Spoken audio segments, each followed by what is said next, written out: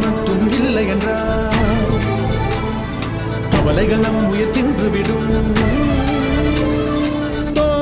கருவில் இருந்தோம், கவலையின்றி கண்மூடி கிடந்தோம். தரையில் விழுந்தோம், விழுந்தவுடன் கண் தூக்கம் தொலைத்தோம்.